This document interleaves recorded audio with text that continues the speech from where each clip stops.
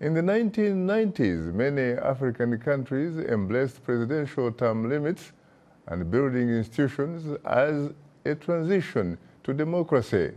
But in recent years, term limits and institutions are under attack from incumbent presidents seeking to prolong their tenure. My colleague Paul Ndiho has more. In his farewell speech in July 2015, former U.S. President Barack Obama, while speaking to a large audience at the African Union headquarters in Addis Ababa, hailed Africa's extraordinary progress, noting that such growth can only be sustained through continued development and democracy for all. When I first came to sub-Saharan Africa as a president, I said that Africa doesn't need strong men, it needs strong institutions. Constitutional engineering to remove or circumvent presidential term limits and undermining institutions by some leaders is alarming. For example, in Cameroon, Equatorial Guinea, Uganda, Rwanda, and Burundi, incumbent presidents have exploited ambiguities in the law to extend their terms as heads of state while simultaneously undermining their nation's constitution. Equatorial Guinea's President Teodoro Obiang Nguema Mbasogo has held power for 39 years. He's still going strong, winning a fifth 7-year term in 2016. Earlier this month, Cameroon's President Paul Biya was sworn in after winning 71% of the vote in the October election, extending his 36-year rule. In 2008, the Cameroonian parliament voted to change the constitution to remove term limits, so President Paul Biya would be eligible to extend his time in office. In December 2017, Uganda's parliament voted to lift the age limit for the presidency, setting a stage for the nation's longtime leader Yoweri Museveni to rule indefinitely.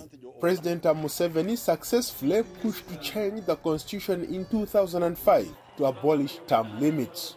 Rwandan President Paul Kagame won his last election in 2017 with nearly 100% of the vote, securing a third term in office. Kagame's re-election came after a constitutional amendment which ended a 2-term limit, allowing him to possibly remain in power until 2034. In Burundi, voters overwhelmingly approved a new constitution, extending the presidential term from 5 to 7 years, potentially allowing President Pierre Nkurunziza to seek 2 more terms beginning in 2020.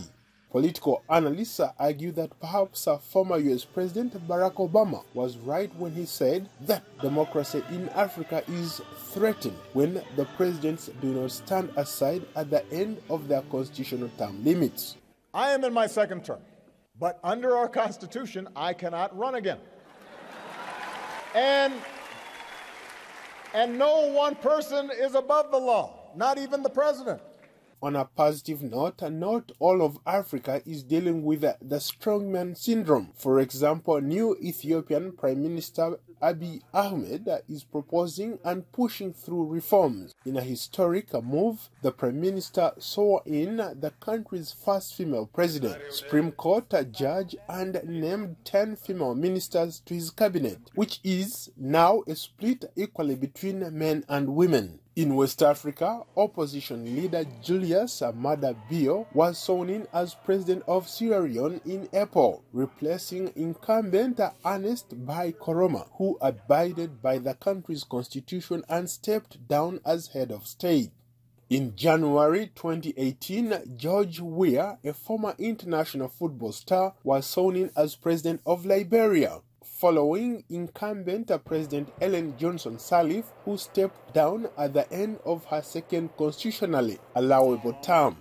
Paul Ndiho, VOA News, Washington.